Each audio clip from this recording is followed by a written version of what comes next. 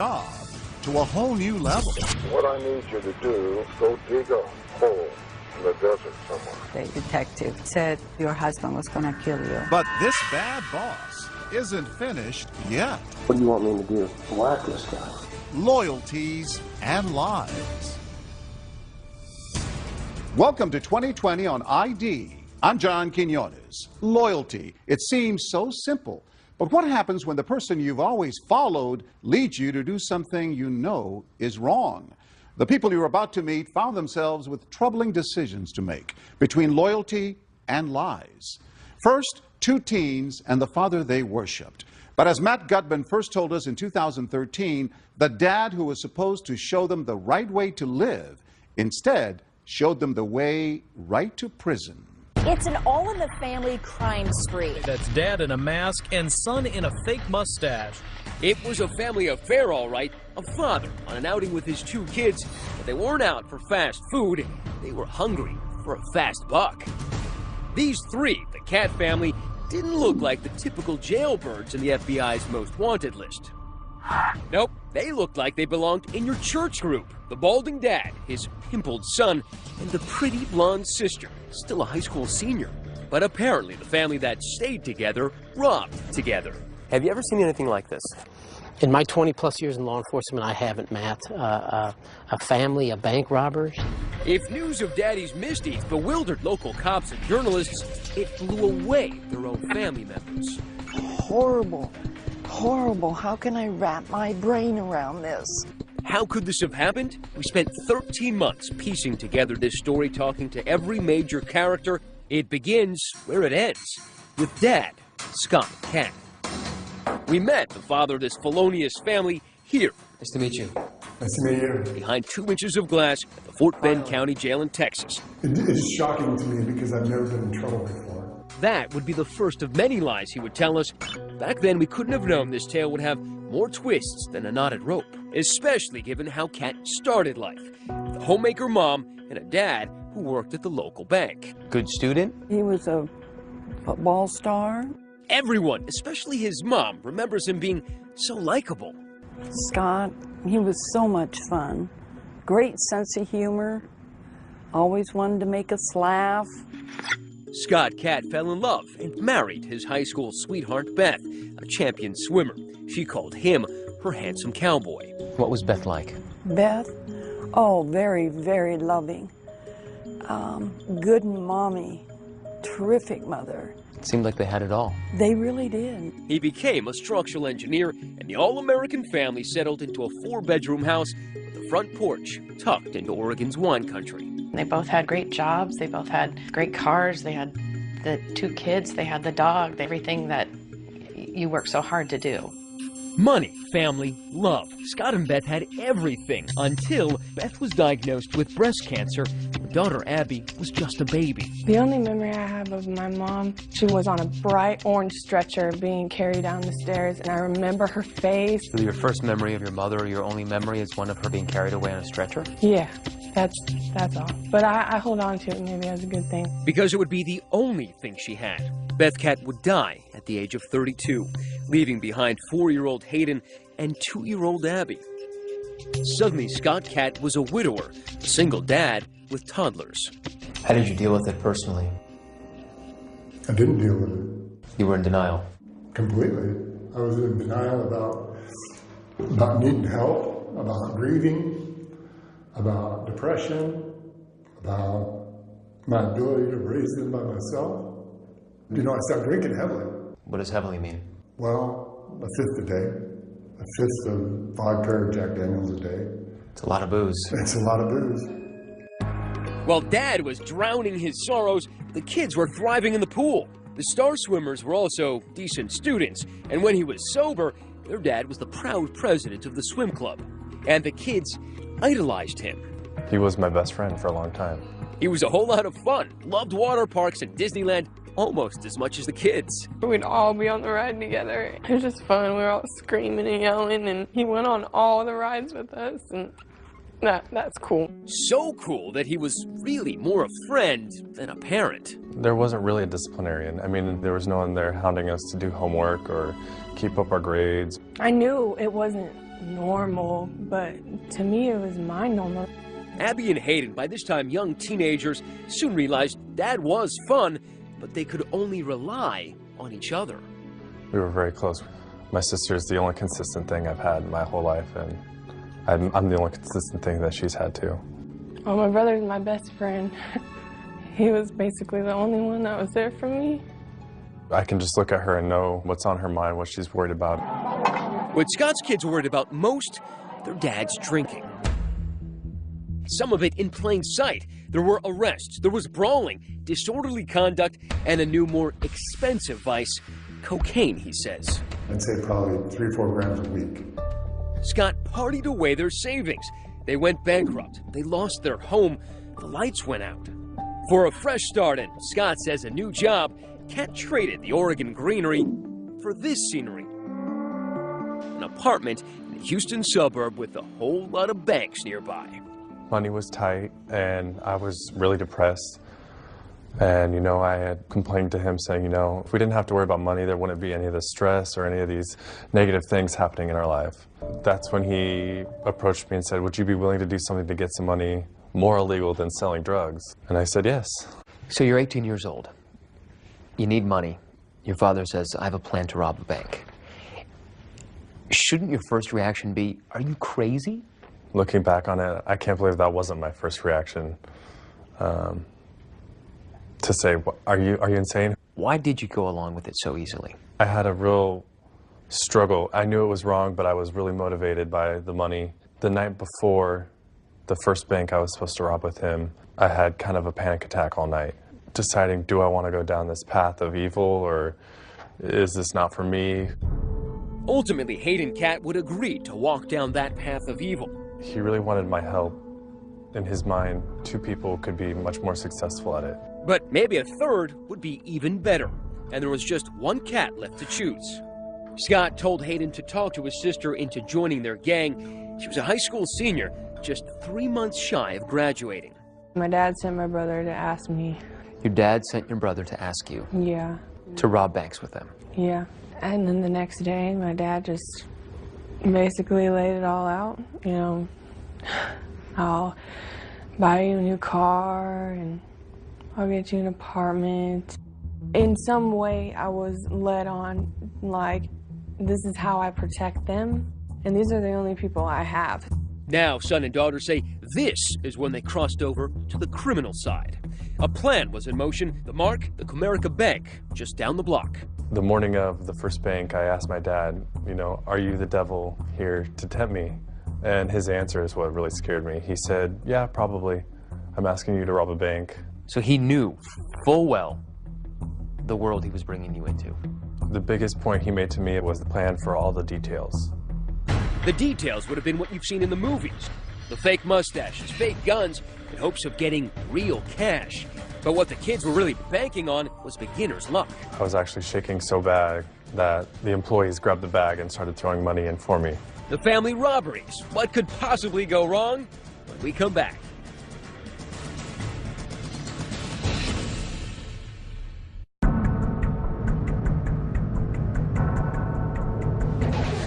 .93-degree Texas heat. The Cat family wasn't headed to a water park, but to a stick-up, a small bank in a strip mall. The man with the gun was Scott Cat, and along for his first heist, his apprentice, his 20-year-old son, Hayden.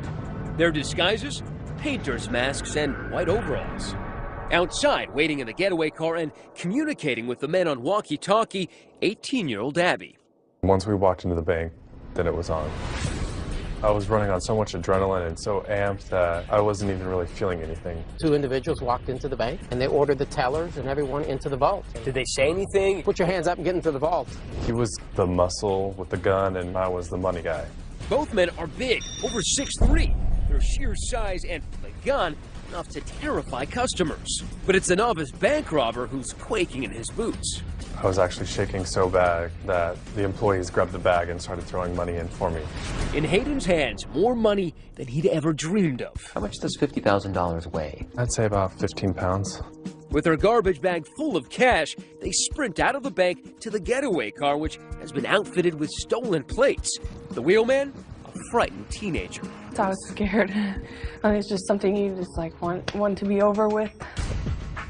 And what was it like driving the getaway car? You know, it's hard because you want to obey traffic laws, but your adrenaline is pumping. It was hard. I had them in my ear. My dad would yell at me to not drive fast, so I didn't. Despite the heckling from her backseat driver dad, the reluctant 18-year-old gets them to their apartment, half-mile away, undetected. The heist had gone off without a hitch, just like Dad had promised. Was there a woohoo moment? Not till we got home. With her sack full of 50 grand, the spending began. Cars, motorcycles, booze, and drugs. Abby's spending, much more sensible. How'd you guys celebrate? I went off on my own and just got my nails done. In fact, the money came so easily and went so fast, within 2 months they burned through all their loot. Time for another bank job. The First Community Credit Union, just a few miles from the scene of their first crime. Before the hit, Abby cases the bank. That's her smiling and grabbing brochures from a bank employee. 11 days later, it's the same drill, new disguises. Ditching the painter's overalls for safety vests to blend in with nearby construction. They walked into the bank with orange construction vests on. Did you carry a gun in there? No. We used a BB gun. But it looked real. Yeah. I remember a few people's face still. What was the reaction? Total shock. Terror? Yeah, they were scared, terrified, definitely. You start walking into a bank with a weapon and you start pointing that at people and ordering them to, you know, cough up the money. I mean, that can change your life forever. Their take after 2 bank robberies, over $100,000. But the loot isn't exactly divided up evenly, according to the kids. What percentage were they willing to give you? 10%. Did you feel like 10% was enough? Oh, yeah, because I never even had that much money. So Your whole life? Right. $10,000. It was enough for me. Enough to buy a very practical used Ford Focus and more of those manicures. I guess by now you're aware that in Texas, whether you're the driver or you're the guy holding the gun, holding up a teller, it's the same crime. Yep. But you didn't know that then? No, I didn't know that then. And I know the part that I played was wrong, but it was my family, and that the loyalty was greater at that point. But her father and brother seemed more loyal to the cold, hard cash that was coming in and to blowing it fast. Shopping, cars, partying, really nothing to show for it. When the comforts of daily life include Jack Daniels, a new Chevy Tahoe, a Harley, and a swank new Houston apartment, even 100 G's can disappear pretty fast. And for the Cat family, that meant one thing: time to go back to work. Had you planned another heist before you got busted? Yeah, the morning they picked us up, I think we were going to do probably 1 or 2 more. That day? Yeah. That's right, the Cats had gotten cocky, planning a pair of heists the day before their arrest. It got to a point where I thought my father knew what he was doing so well that there's a risk involved, but the risk was so minimal. But that would prove to be wishful thinking because, as we all know, where there are robbers, there are also cops. And the cops were already on to them. On the surveillance video from the latest heist, they picked up a detail that would impress even Sherlock Holmes. The vests looked new. They actually had creases in them. Because they were creased, you figured they were new. And because they were new, they must have been purchased somewhere nearby. We were able to tie those 2 vests back to a local Home Depot. And those vests were purchased with a MasterCard debit card that went back to Scott. By using that MasterCard, Scott Cat might as well left his calling card. And there his kids are using it in Home Depot to buy the gear they were about to use in a bank heist. It was just the break detectives needed, and the Cats were in the bag. When Scott was arrested, the detective that actually made contact with him told him, well, you're under arrest for bank robbery. And Scott's initial response to that was, which one? They quickly arrested Hayden as well, who was up in the apartment. There, they found the kind of evidence gumshoes dream of. In the apartment, we found some bank straps. And a bank strap is a little paper strap that wraps around a certain quantity of money. Usually it's 1,000 denominations. And it identifies whatever bank it is that it comes from. And some of those straps were from a bank in an entirely different state. Suddenly, cops realized Cat is no rookie, but a bank bandit with a resume. They now had more than enough evidence to haul both Cats in for questioning, and authorities were zeroing in on Abby, too. Abby called and she was yelling at me. I'm in jail and I need $10,000 to get me out of here. Get me out of here right now. And I said, you have to get that money from your father. She says, he's the reason I'm in jail. When we come back, the interrogations begin, and everyone is in for a shock. I hated the job. I'll just run banks. Probably better at that anyway. And his children weren't the only family members he'd conned. I picked up our local newspaper and I said, oh, son, if I didn't know better, I'd say that was you. Stay with us.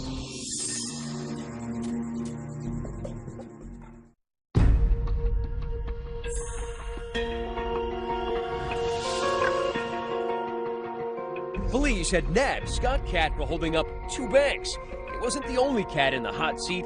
Just down the hall in another interrogation room was his 20-year-old son, Hayden.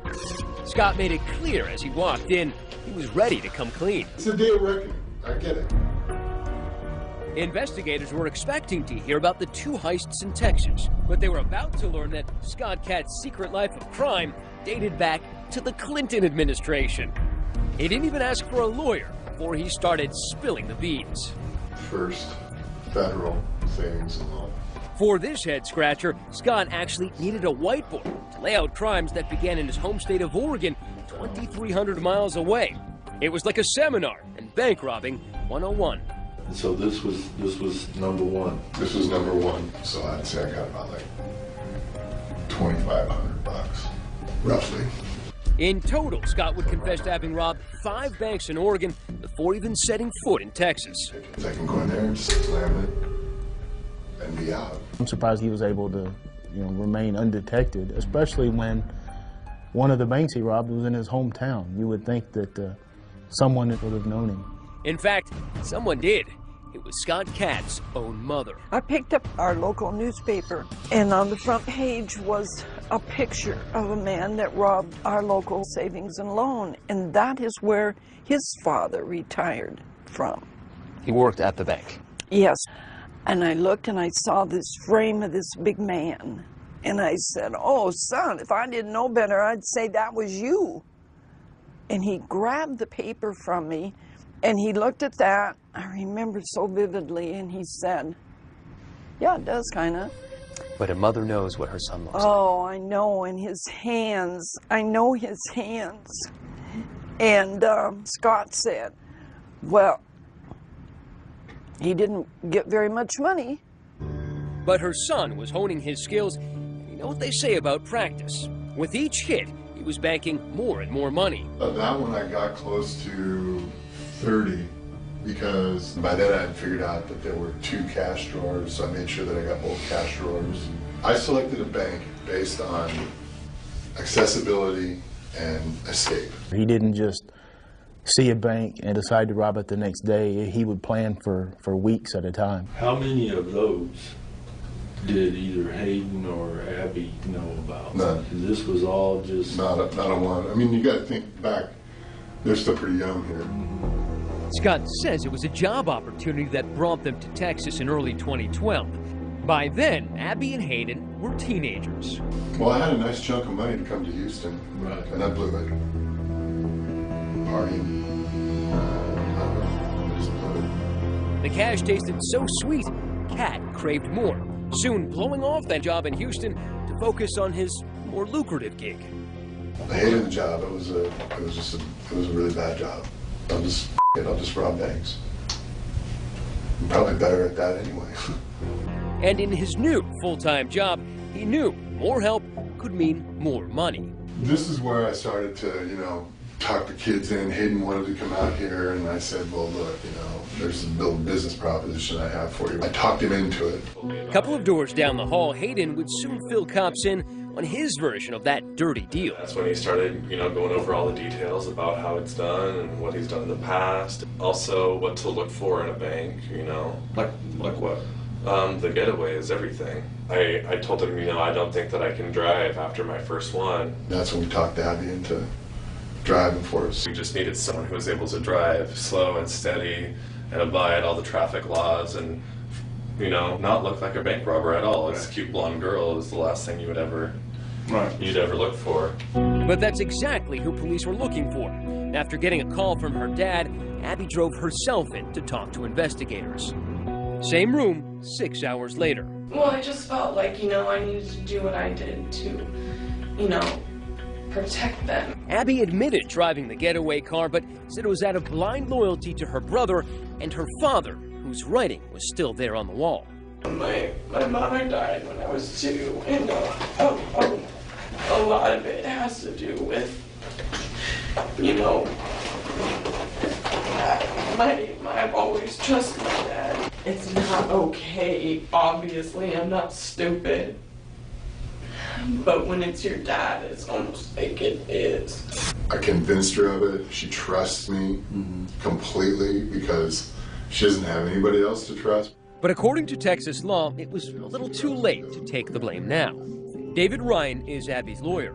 Abigail Catt was facing 5 to 99 or life in prison for aggravated robbery, even though she didn't put a gun in anyone's face, because under Texas law, just being involved in the crime itself was enough to make her as culpable as her father and her brother. By the end of his 2.5-hour confession, it was clear Scott Catt wouldn't be winning Dad of the Year anytime soon. So that's where we're at today. And after a decade of robbing banks, what do you have to show for it besides 2 kids on the fast track to becoming felons? About all I got in my wallet. And whatever Hayden has in his wallet, that's about it. Hayden had counted his, just $30. When we come back, Scott Catt makes a pledge. If you were offered a deal where you had to spend 25, 30, 40 years in prison in exchange for both of your kids going free, would you take it? Absolutely.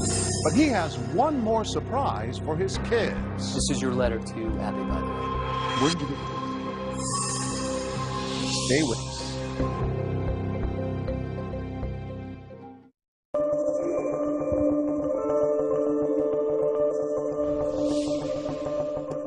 The pretty house with the wraparound porch in Oregon is now in the Catt's rearview mirror. Their new home is the big house behind the bars of the Fort Bend County Jail in Texas. The family had been held in separate cell blocks and hadn't seen each other in over a year. Jailhouse life had taken its toll. Scott said there wasn't enough food and he'd lost more than 70 pounds, almost unrecognizable to his own mother when we showed her footage from our interview. He's a old man. $2,000 a week. Yeah. He doesn't look the same. Oh, I miss him. He's old. I don't want to see anymore. She's heartbroken by what her son did to the grandchildren she'd helped care for after their mother died. It's so hard. I wish I knew why he did this. I will never know. When we sat down with Scott, he wanted us to believe he was a changed man, a father who would do anything for his kids. If you were offered a deal where you had to spend 25, 30, 40 years in prison in exchange for both of your kids going free, would you take it? For them going free? Absolutely. What about life in prison? Sure. Would you have said you were a good father? I thought I was. Do you think you are now? I have the serious doubts. I mean, I think that we're all sitting in here right now because of my inability to be a parent. What would Beth say, your first wife? What would she say about you dragging your kids into... I can't even imagine. Can't even imagine. I'm really ashamed. Mommy. That's when he cries. About my mom. He wouldn't cry about his kids, but he cried about his wife. Yeah. In fact, as we would learn, he would put in pen and ink how little he cared. Abby's lawyer gave us letters from their dad in which he encouraged them to do hard time so that he could do less of it. With this new information, we went back to confront Scott, this time face to face. This is your letter to Abby, by the way. Where did you get this? It's your handwriting, isn't it? Yeah, it definitely is. And it's your letter. Yes. You told me recently that you would be willing to spend life in prison in order that your kids do not spend time in prison. I would. But here you are asking her essentially to do time For you? Yeah, I was trying to manipulate. I'm trying to get something. Who are you manipulating? I'm trying to get everybody something that they can live with. Everybody, you got your kids involved in this. And you're asking them to do time for you. It says it right here. I do believe that you doing prison time will be good for me, and I know that wasn't an easy choice for you. And that's what she said to me in the previous letter, that she was willing to do that. Wouldn't most parents say, try to dissuade their children, say, please, don't admit to anything. I will take the entire blame here. I would love to, but they have so much evidence on everybody that what are we supposed to do? Your father says he blames himself. He says he's lied to you for many years. Mm-hmm. Do you believe him now? Am I just supposed to believe him all of a sudden? I want to, and I've always wanted to.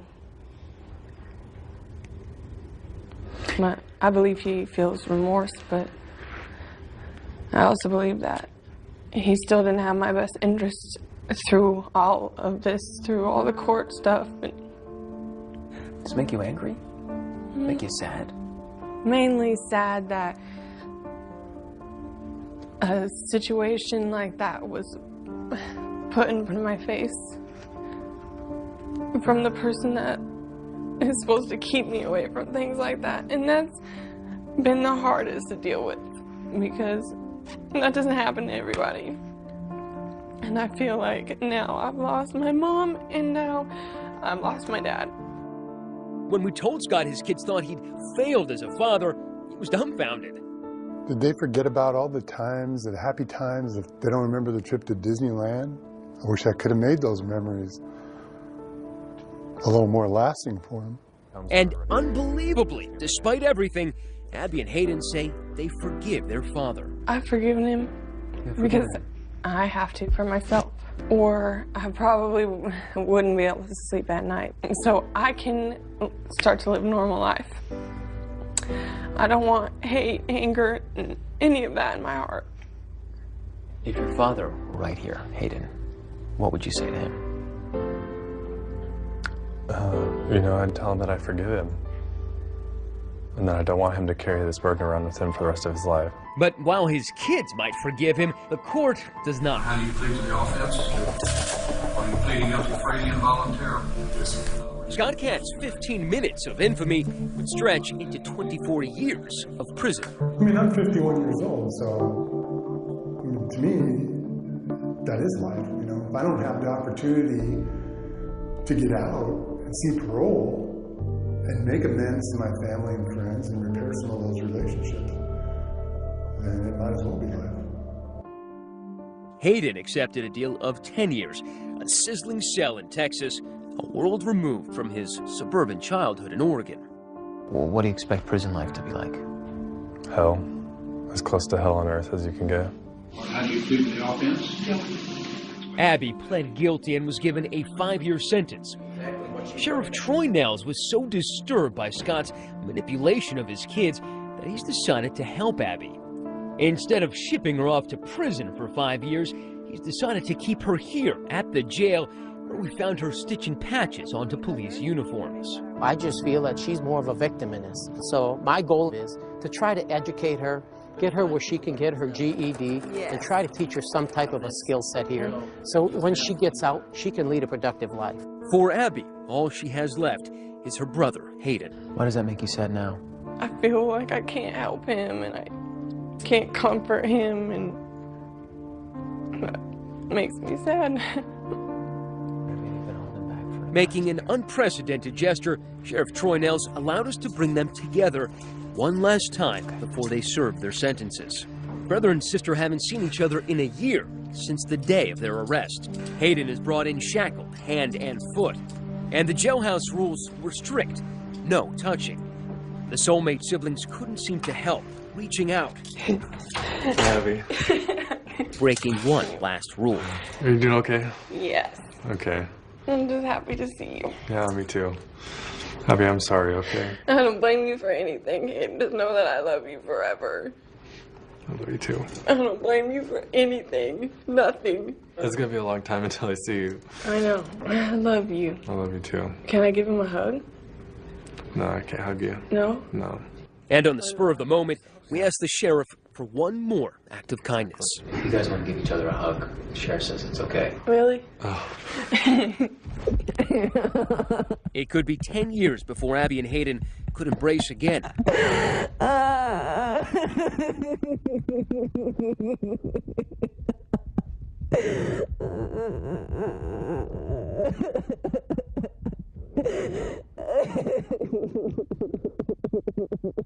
Listen closely. Our mic's picking up Abby's heart, pounding. It'll be okay. I know. It's just going to be a couple of years until I can see it. I love you. Abby, I love you too. I know.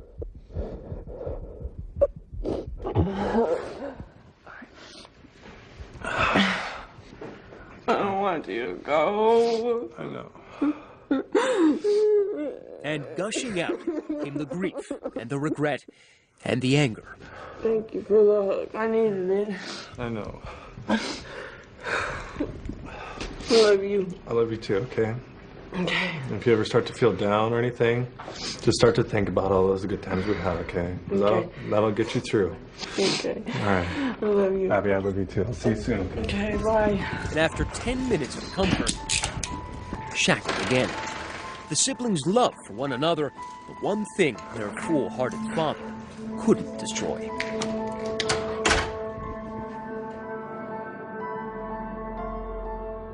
As of 2015, Scott and Hayden Catt remain in prison. Abby hopes to attend college upon her release with the help of a woman who saw her story on 2020. She and Hayden stay in touch by writing to each other as much as they can.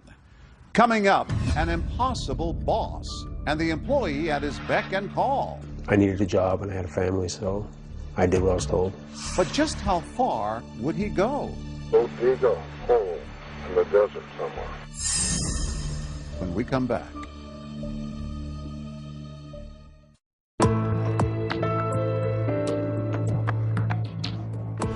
A long-suffering employee spends years meeting his boss's escalating demands, and then a new task, one that would make him an accomplice to murder.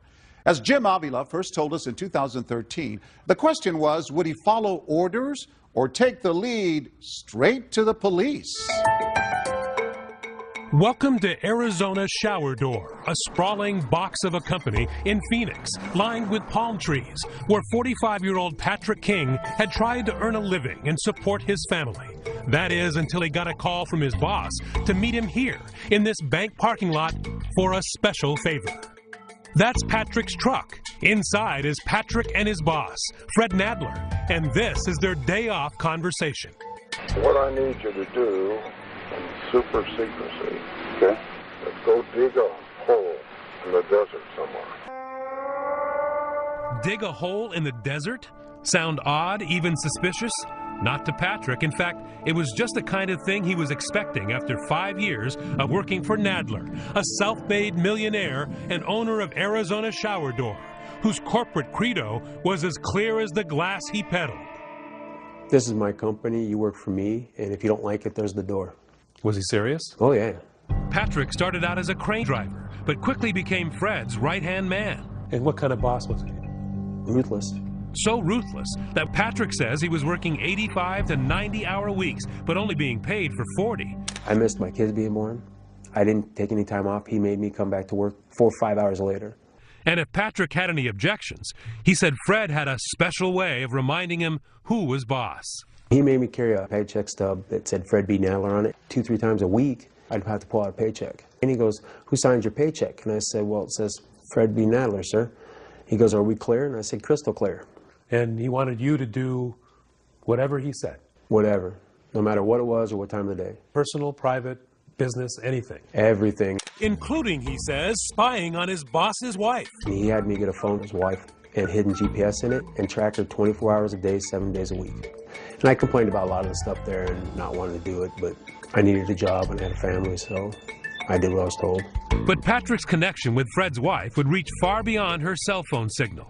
Libby Nadler, like Patrick, was living in a prison of her own, under the thumb of a controlling husband, who she says ran the home just like his office. Everything was fine as long as I went along with it, with whatever he did. He would just tell me if I didn't like it, I could leave. Not all of their 18 years of marriage had been like that, of course. When he told me that he wanted to marry me, he told me that we were going to have a wonderful life. And it was. Trips, a nice home. They even adopted and raised 2 children together. But Fred, she says, always was clear about one thing. He didn't like to spend money. He only liked making it.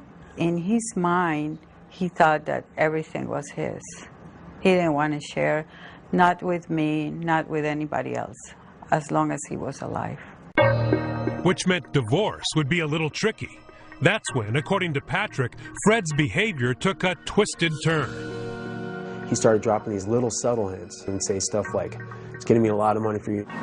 Coming from a boss who allegedly thought worker pay was optional, the promise of a big bonus seemed to Patrick a major red flag. Sure enough, 3 days later, my phone rings, caller ID, and it said Spike on it. And he goes, "We need to meet." Which brings us back to this parking lot. And as soon as I stopped here, he got up, started walking over. So he comes over, and as soon as he gets in, I hit record on this recorder.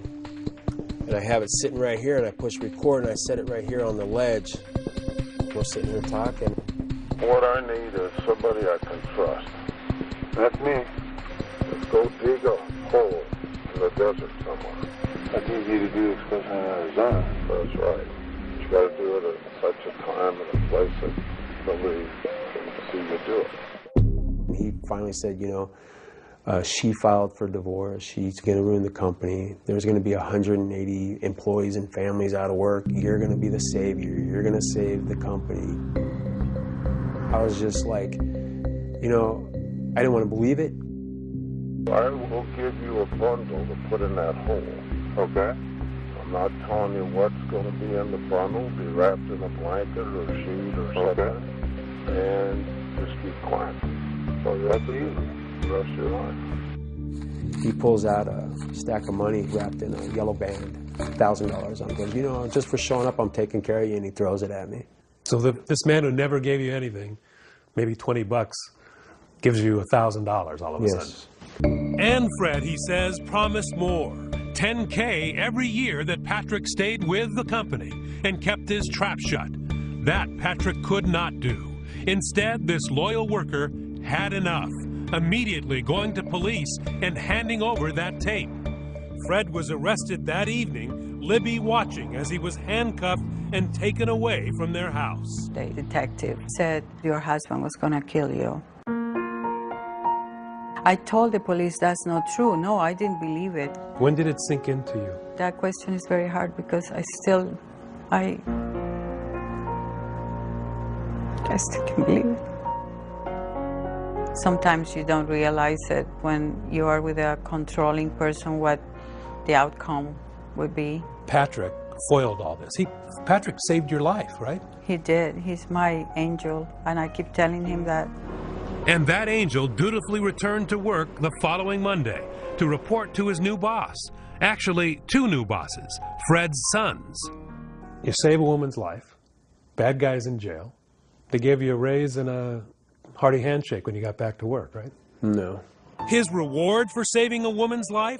Patrick was put on paid leave. Then, he says, out of the blue, 6 months later, he was sacked. His parting bonus, a phone call from the prosecutor who was about to take Fred Nadler to trial. And he goes, we have him hiring somebody to come and kill you before the court date. He doesn't want you on the stand. You have a seat right here, buddy. Fred, according to prosecutors, was up to no good, even from behind bars. Nope, it's us alone. Caught on tape again. And this Santa Claus lookalike had an early Christmas gift for his ex-wife and former employee. Yeah, apparently you got a job you'd like me to do. Yes, sir.